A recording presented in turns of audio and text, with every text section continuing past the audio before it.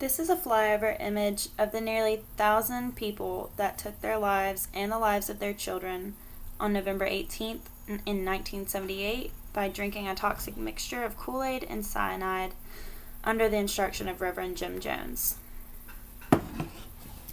So, two major takeaways I had after researching this topic more in depth were of the likeliness between Jones's actions and the concepts seen in George Orwell's novel 1984, and then the responsibility in which that we have in being aware of these social influencing techniques. So first, about 1984. The past president of the American Psychological Association, Philip Zimbardo, completed extensive research for nearly 25 years working with survivors of the Jonestown massacre. He strongly believed that Orwell's novel was a heavy influence on Jones's and his actions. The three main concepts or similarities that Zimbardo focused on were that of compliance, conformity, and obedience training.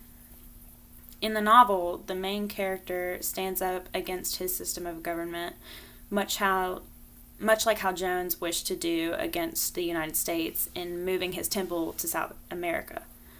Although 1984 was fictional, Orwell's work has been agreed by many to be a contributor of many social influencing techniques into the wrong hands of cult leaders, especially those like Jim Jones. Which brings me to my second major takeaway, and perhaps the more important one. The second takeaway I would like for you to consider is that of guarding your mind. As it's been said, the followers were relatively normal human beings, much like you and me, and they were just simply manipulated out of their right sound minds.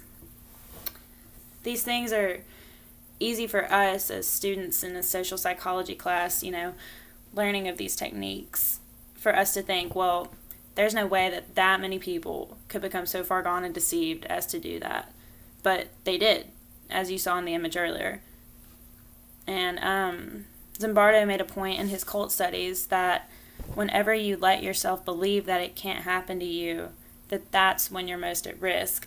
I quote Zimbardo saying, "That's when con artists or cult agents have you at their mercy, because then you're not as vigilant to the little situational plots that can get you to step across the line." So, this is important not only for the protection of ourselves and of our own minds, but for those we love and for all of humanity, really. It spurs a calling for us of knowledge to act, and it's a call for us to make others aware of the social influencing, so as to prevent another mass psychological murder like the unfortunate case of the Jonestown massacre.